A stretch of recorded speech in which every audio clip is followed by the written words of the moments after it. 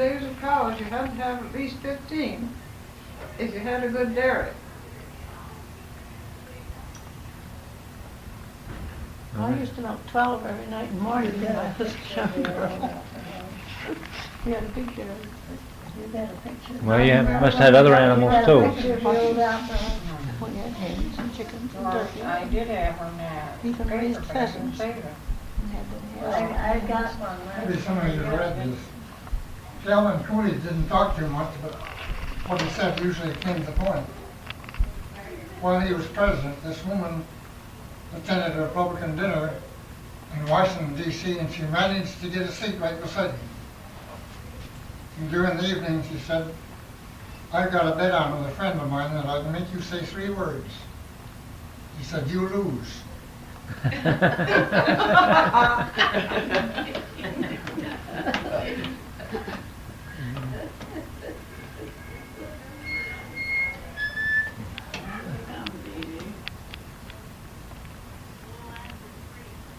Remember the time that old the constable used to have horses that they used to rent out to take people in the cutters?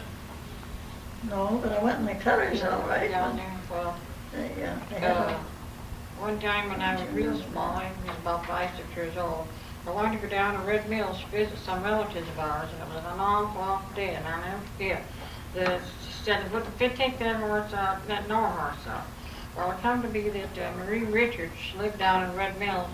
She was working to Julius Franks then, and they lived down, and so he found out who it was.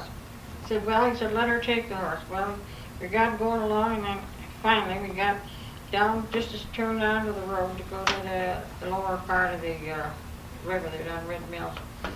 And she said, she says, that horse, she says, I think he's a telephone horse. She says, every time he'd take a step, he'd hit the cutter. But he got us going, and I'll never forget it, as long as I live. He got us down that road, and there was the biggest snowbanks, and the snow across the road, it was up to the 4-horse like that.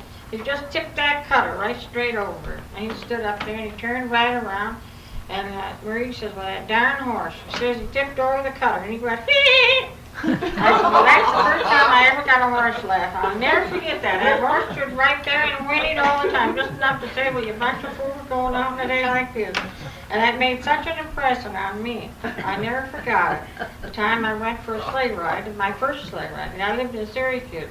My first sleigh ride in the wintertime, and it tipped over in the snowbank with a horse. I never forgot that. It was an impression that carried me on, and I know young Dan, Dan McConnell that lives on near the library. I told him one time about it. He says, how old was you? I said, about 5 or 6, somewhere along in there. But I said, it was so vivid. I said, I never forgot it. He said, well, that was quite a joke. He said, I presume it was a telephone horse. Oh, I never forgot Well, that. those are things we remember that happened when we were 5 and 6.